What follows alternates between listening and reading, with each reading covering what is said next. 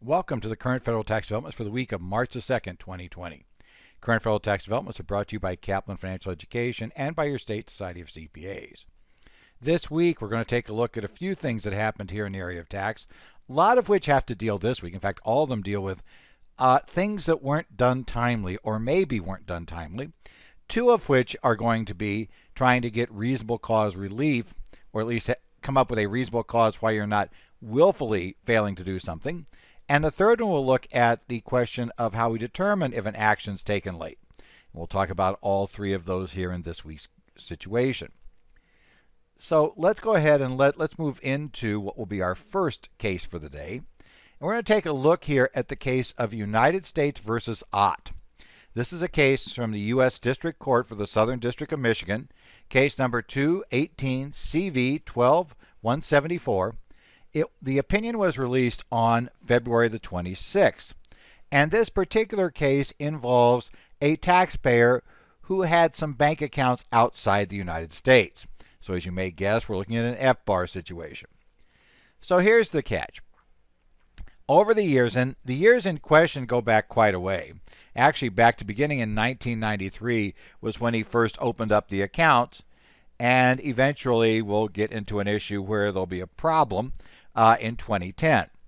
But he established accounts in Canada beginning in 1993. Those accounts grew over time, and ultimately there were $1.9 million in those accounts. Now, during this time, obviously, we wouldn't have a problem here except the taxpayer never filed any F-bar reports and, oh, by the way, failed to report the income from these accounts on any of their individual return issues. That was kind of a problem. He also did one other neat thing in the middle of all this. Eventually, at some point, the address on these accounts got transferred to his sister's address in Canada, as opposed to his address in Michigan. Now, there's some dispute as to why that happened. We'll discover that in his initial application for the Offshore Voluntary Disclosure Initiative, he claimed that he had titled it in her name for administrative simplicity. Later on in this case, he was arguing before the court that, oh, no, she changed that without telling me. I had no idea it had been changed. And she changed the account, had everything sent to her, and I had her on the account in case something happened, and she unauthorized changed it to her address. As you might guess, the question about that sister's address became an issue in the case, and that's why now we have this little issue coming up at this point. So anyway, he used his sister's address to receive the information. Now, in many of these years, it doesn't appear all of them, but a large number of them, he had a CPA, a local CPA, prepare his returns. And this CPA, this guy on paper with what he brought to his CPA, he really didn't appear to be doing that well. Didn't have a whole lot of income. In fact, you might even question why he was using a CPA to handle his returns. Like it was wasn't any income there.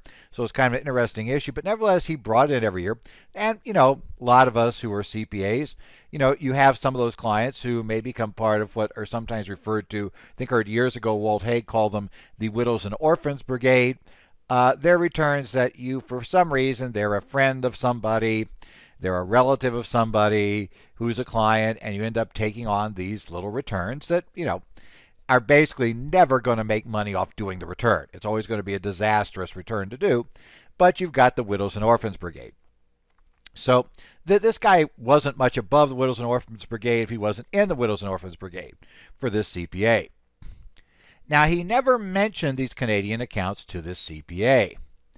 And other side of this, the CPA never asked about whether he had foreign bank accounts. So you might wonder, how did they answer the questions on Schedule B? Well, it turns out the CPA never actually answered them, he said. But his software defaulted to answering the questions no.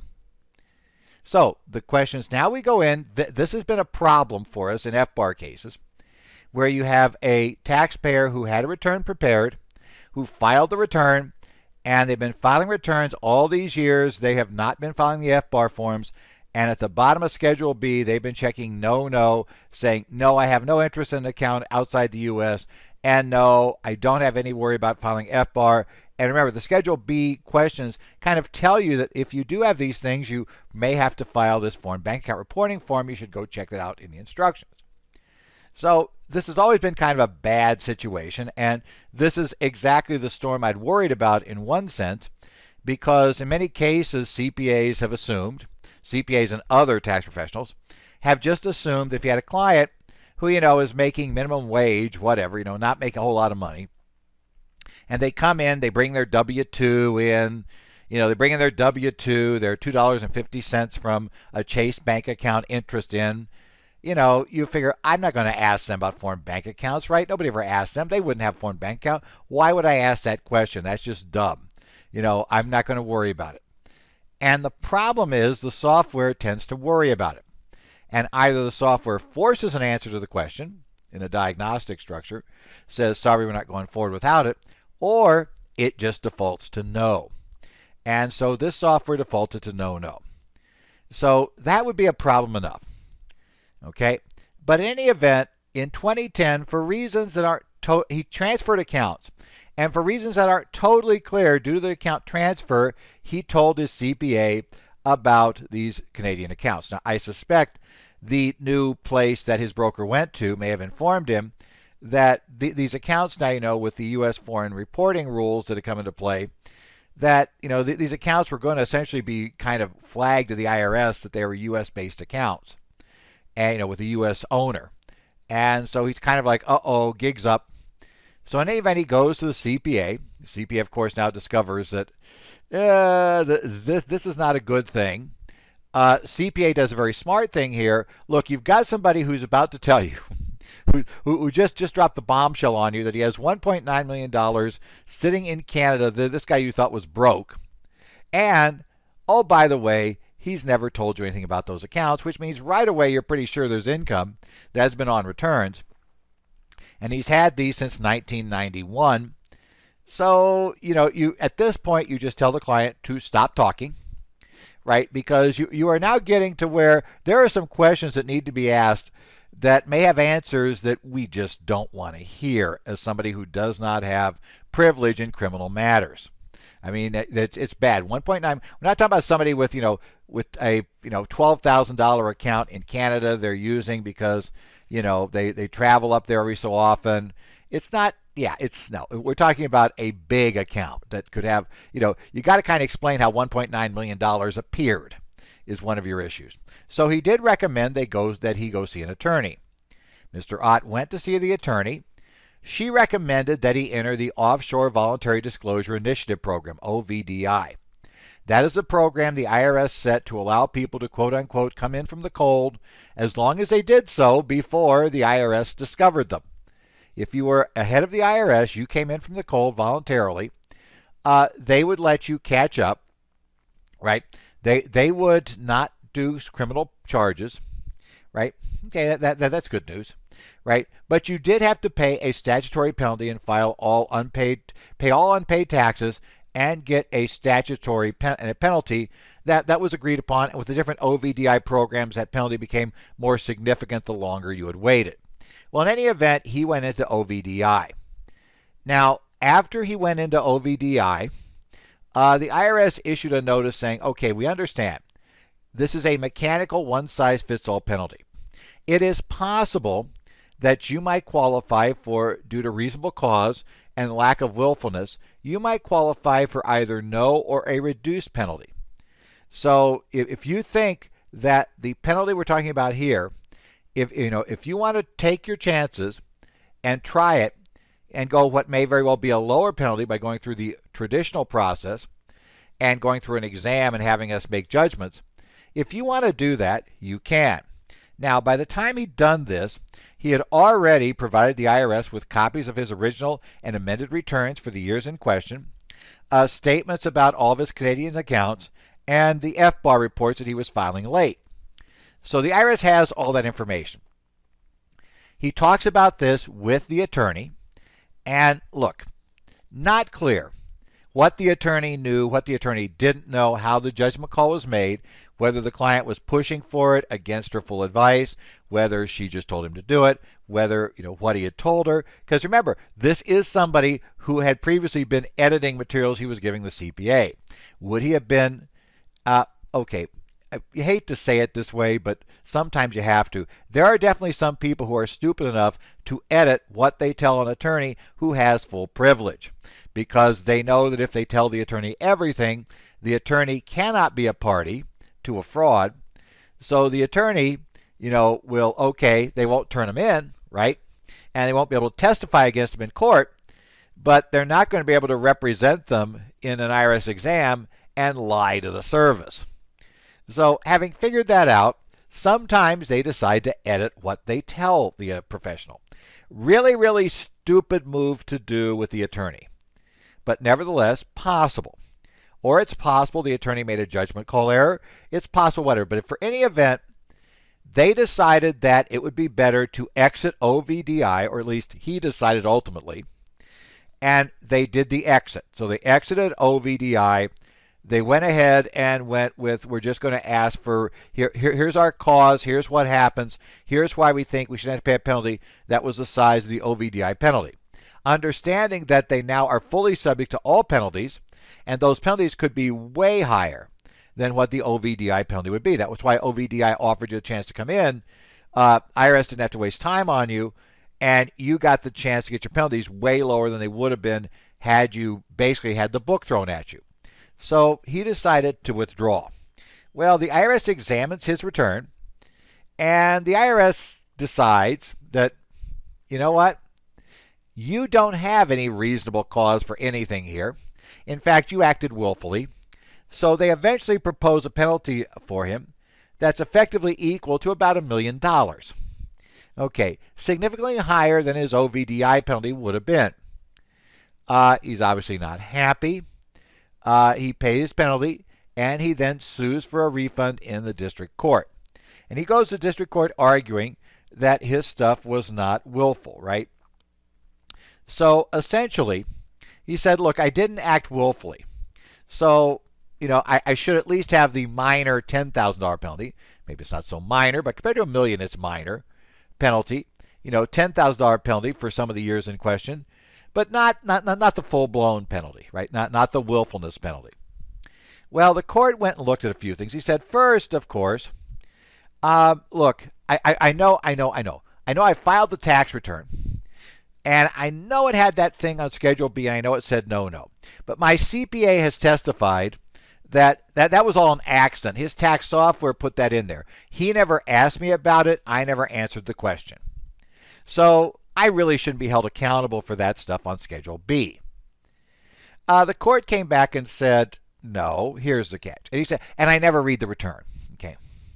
Court said, sorry, guy, you can't get out of with the I never read the return.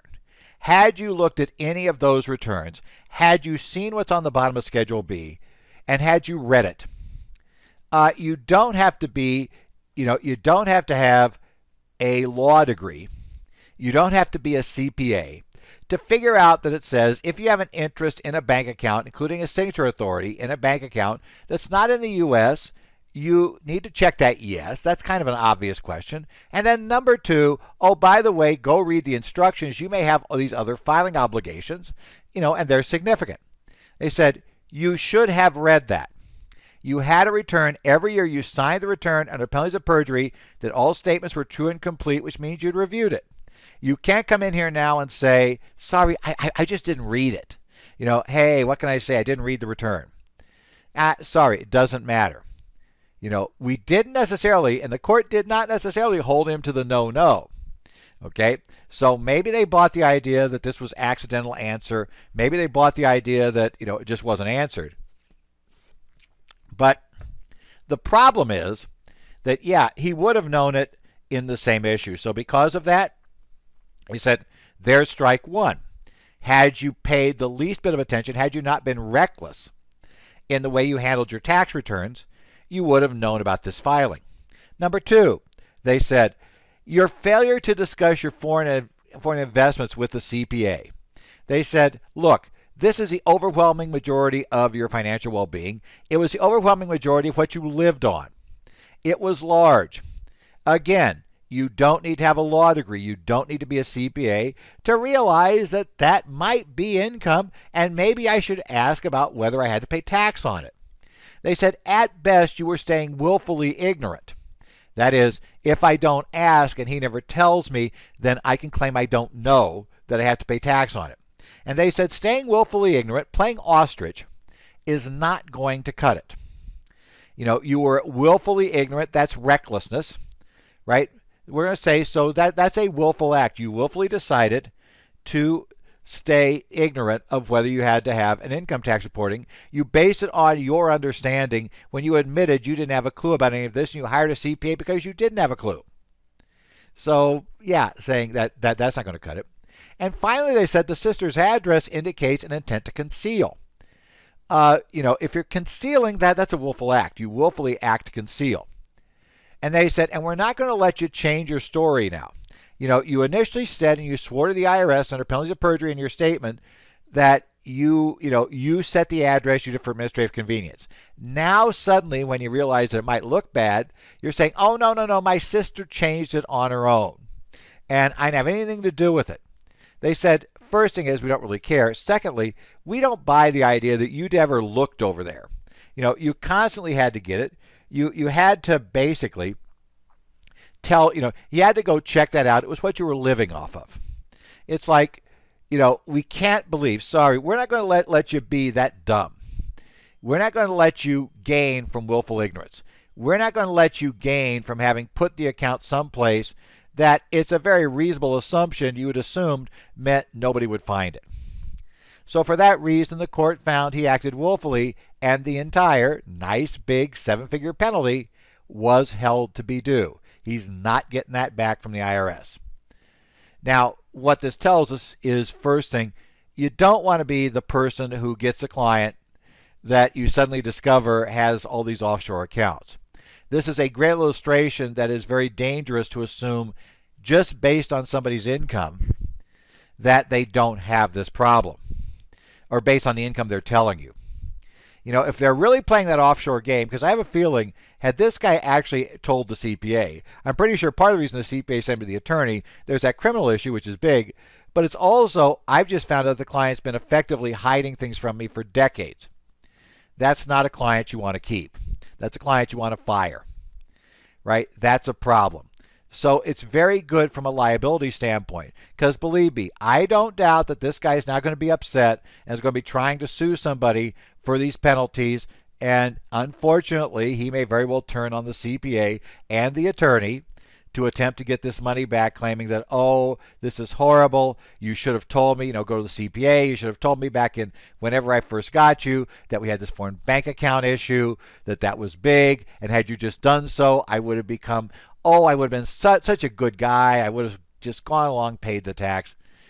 Is he lying? Would he be lying? Maybe. People lie. But it's a problem. So, yeah. So if you believe that you got clients that just wouldn't have a foreign bank account, please remember the story of Mr. Ott. Next up, this is a case of Hunter Maintenance and Leasing Corp. Inc. versus United States. This came from the U.S. District Court of the Northern District of Illinois.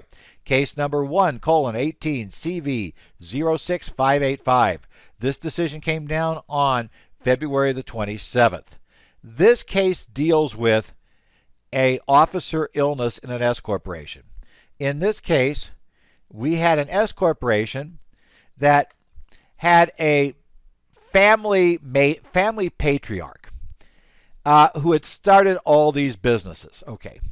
Now, I understand working with small businesses that you often see this, right? Dad was successful, Dad started the company, right? And while Dad's alive, Dad controls the company. We may appoint, we may make daughter the president and son the secretary, and we may put him on the board, but in reality, we all know that Dad controls all these things, and generally, whatever Dad does is fine. We don't question things, and we just let Dad take care of it. Well, Dad had brought in, and they called this guy kind of the CFO, though he never was really an employee. So they had this other gentleman come in who was an accountant, right, had the accounting background, right, who came in to be what was effectively a chief financial officer. This was a CPA who was, let's say, kind of an outside CFO. Okay. Now, it turns out over the time period in question, both of these gentlemen developed terminal cancer. Now, the CEO, the family patriarch, his was very obvious, well-known. We knew what was going on, and obviously, but he tried to keep control all through that period that he was battling the illness. And I suspect nobody really wanted to stand up to him at any point and say, you're not really able to watch this stuff. We need to step in front. So, Dad was there. He was doing that.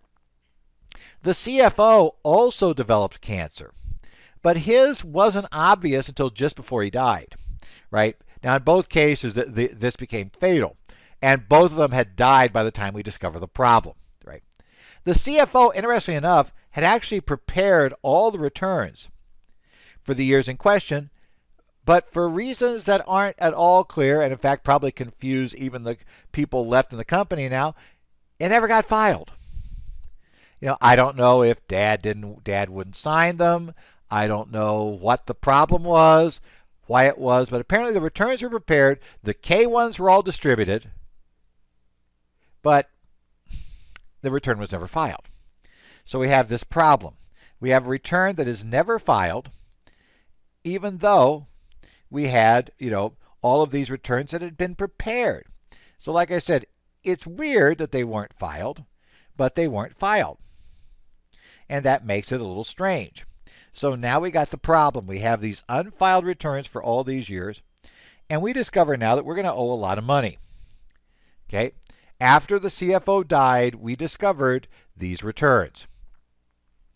And so they were trying to get a waiver of penalties in this case, right? They're trying to get a waiver in this particular case for this S corporation. And we're all aware that penalties for S corporations for failure to file will add up pretty quickly if you have a lot of shareholders and a lot of years. And they had a whole bunch here. Now, the IRS said this is a clear case of the Boyle standard. Now, we've talked about Boyle recently in the past, and Boyle is the decision. We talked about electronic filing issues. Boyle was the Supreme Court case from years ago that held that a taxpayer cannot delegate his or her responsibility to file to a third party. Basically, that a return needs to be filed by the due date of the return. It takes no great training to understand how to put the return in the envelope, take the envelope to the post office, and get it mailed. So they're saying you cannot say, "Oh, I thought that Harry was taking care of this. I delegate that." They say this is a pure Boyle case, right? So you delegated all responsibility for filing to the person, the CFO. The CFO failed to do so, and like the case in Boyle, which involved an attorney that had failed to file the returns, tough luck.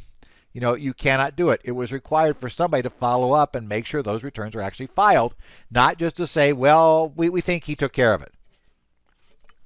It's not going to work. So, but the taxpayer said, no, you don't understand. These two were both corporate officers, okay? And they were unable, due to their illnesses, they were unable to comply. That rendered the corporation unable to comply with these rules. And if you're unable to comply, well, then that's reasonable cause. And we're looking for reasonable cause to get out of the penalty, right? Now, you may say, wait a minute, there was no harm, no foul because he kicked out all the K-1s. Doesn't that work? Remember, a year ago, we discussed the case, last year, I should say, it was actually late last year, the case of ATL. ATL Holdings, ATL Holdings and Sons, if I remember the name of the case correctly. That was where an S corporation tried to argue no harm, no foul. As you may remember from that case, that doesn't work, right? The tax court ruled in that case in a published decision that reasonable cause is not based on a no harm, no foul context. You have to come with cause, reasonable cause why you didn't file the return. Now, because of that, they didn't argue that here. In fact, the case does mention ATL. In one of its sites, it actually cites back to ATL. And I have a feeling they didn't mention it. Now, maybe somebody didn't file it on the return, so you couldn't argue no harm, no foul. But I think very well they decided for ATL that was not going to be a very fruitful way to try to pursue this to claim nobody was hurt. So they went back and said, look, we just couldn't do it. Now the court says, for an individual, severe illness has been found to be reasonable cause for failure to file. But they say, but a corporation is a different beast. And the court said, look, for a corporation, you have the officers as a whole. The court said there have been very, very limited cases, in fact one, where a corporation was found to be rendered unable to comply due to its officers' bad conduct. But they said it's been very, very rare. The court said there are a slew of other cases where just because an officer didn't do something, the Boyle standard got applied. And the court said in this case in particular, you had other officers. You had presidents, and you had other officers. You had board members, other board members besides Dad. All of those had a responsibility to make sure the company kept running. They all in charge of running the company, right, as a group. And so even if Dad was disabled, and even if the CFO was disabled, and even if it was reasonable to treat the CFO as the officer, even though he was kind of in an odd position, it doesn't matter. The other officers and the other directors dropped the ball. Now, you realize that probably would have been a problem for any of those people, because I wouldn't doubt they were officers in name only and directors in name only, that Dad actually controlled everything. Let's face it, we've seen that multiple times. But it doesn't matter. If you're going to play with the fiction of a corporation, that it's a corporation and not just an unincorporated entity, you're going to get that legal protection. You got to play by the rules. And this is one of the rules. Now, think interestingly enough, had this actually not been incorporated, had Dad just run all of these as proprietorships, good chance that there'd been reasonable cause for Dad not filing. Now, they also came back at the end and said, but wait, Dad had a bunch of companies, and the IRS, for some of the other companies, granted us reasonable cause relief. And so they really need to do so here. Well, the court said, A, that's not this case in front of me. B, doesn't require that to happen. C, I don't know if those facts are like this. And like you said, the law as applied is right. And frankly, to be totally honest, the IRS may have just been wrong in waiving in those cases. So be aware of that. And this, I think, illustrates a point that I've heard a lot of practitioners over the years say, oh, don't worry about that. The IRS never assesses that penalty. Don't worry about that. I've gotten out of it multiple times. Don't worry about that. You got to watch that don't worry about that based on IRS practice. Yes, these guys have cases where they succeeded in getting it, but they didn't succeed in this case. Why not? I don't know. But the problem was, as the court said, the law allows the penalty to go forward. The law does not require this to be seen as reasonable cause. And because of that, the court's saying, tough luck. I don't care about those other cases. I don't care that you got it 99 times, that you got this waived the 100th time the book's thrown at you. Tough luck. That's just the way it works. Okay? So you got to be careful with that. Understanding practicality of what they're actually doing is useful, but please always understand what they could do. Because as was found in Hunter Maintenance, sometimes they do what they could do, even though you previously not had a problem with the issue. Final case this week is actually a non-case. The Supreme Court decided not to hear the case of Baldwin versus United States. This was on the Supreme Court's order list, the denials of petition for certiorari that was issued on February the 24th of 2020. Now, the Baldwin case is a case out of the Ninth Circuit, and we've discussed the Baldwin case before. The Baldwin case involves the simple question, and we're going to key it down. We're not going to go through the whole Baldwin issues again. I want to go to the key issue. The key issue that we have to deal with here is that the IRS has a regulation, right? And we have a code section. Code section 7502 tells us about the timely mailing is timely filing rule. You all have heard about that, right? If you mail your return by the due date of the return, right? And it's not really how the rule reads, but that's how people talk about it. So as long as you mail your return by April 15th this year, it will be timely filed for your individual return. Or at least you mail your extension by then. Okay, fine. But what it actually says, which you understand, is a postmark's applied. Okay, it's based on the postmark, so that's not really the same as mailing. You cannot drop it in the mailbox at 11:59 p.m. You may have mailed it on April 15th, 11:59 p.m., but yeah, it's not going to get postmarked, and that's going to be a problem. But the other catch is, as we all know, what happens if the letter just disappears? Right? I put my return in the mailbox and it never gets delivered. That's happened. I've had it happen at my office multiple times. Where we had a few years ago a check for me that was coming from Nicholas Patrick, disappeared. It was about a $20,000 check that I was getting for all the year-end work and various other things I'd been doing. I had about $20,000 to pay me for all kinds of things I've been doing, and it's like it just got disappeared entirely. It never appeared anywhere, right? These things happen. How do we fix that? What happens if that's my return? Well, the regulations tell us specifically that, how you do it. The law says you can either send it registered mail, okay, or you could send it using certified mail. In either case, the receipt with the stamped postmark given to you by the Postal Service employee is sufficient to prove timely mailing and therefore timely filing. The section also goes on to talk about electronic filing and e-postmark counting as the same thing. Okay, that'll prove timely filing. Now, up until 2011, the IRS didn't really have any reg explaining was this the only way to do it, or was this just a way, a way for sure it would work, but you could submit other evidence. In 1991, the Ninth Circuit held in the Anderson case that this was just a way to lock it down, and you could still provide other proof of timely application of the postmark, right? Timely mailing. And if you did that, then we had the presumption of delivery to the IRS, even if you didn't have a certified mail receipt. Now, in 2011, right? So basically 20 years later, the IRS finally issues a regulation that held that the only way you could have 7502 timely filing coverage was by using one of the specified methods. So that means registered mail, the white receipt, right? The white receipt they give you when you mail. Gang, we don't care about the green card. I always tell people the green cards are relevant because if that gets lost, the green card's not coming back either.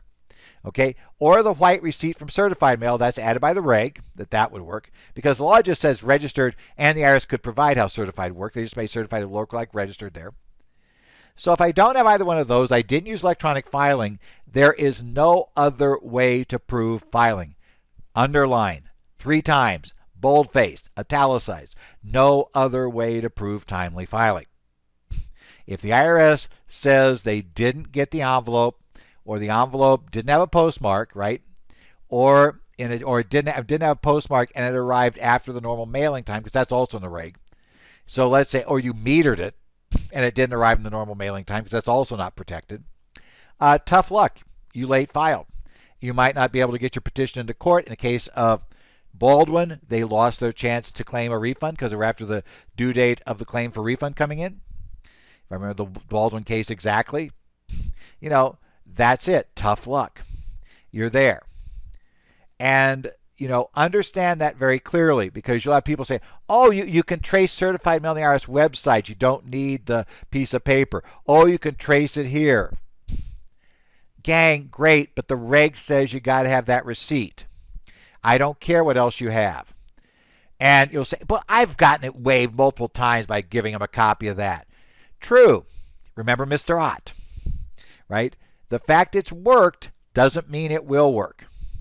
The fact they let you go doesn't mean they'll always let you go. So the white document or electronic filing are your ways of doing it. Now the question is, but wait, I told you the Ninth Circuit said we could introduce some of that other proof. Well, the problem the Ninth Circuit said was now the IRS put this regulation out. In Anderson, we said the law wasn't clear. Now, generally, regulations, here's the case. Under the Chevron test, and there's lots of dispute whether the Supreme Court will revisit this, and that's kind of what this dealt with.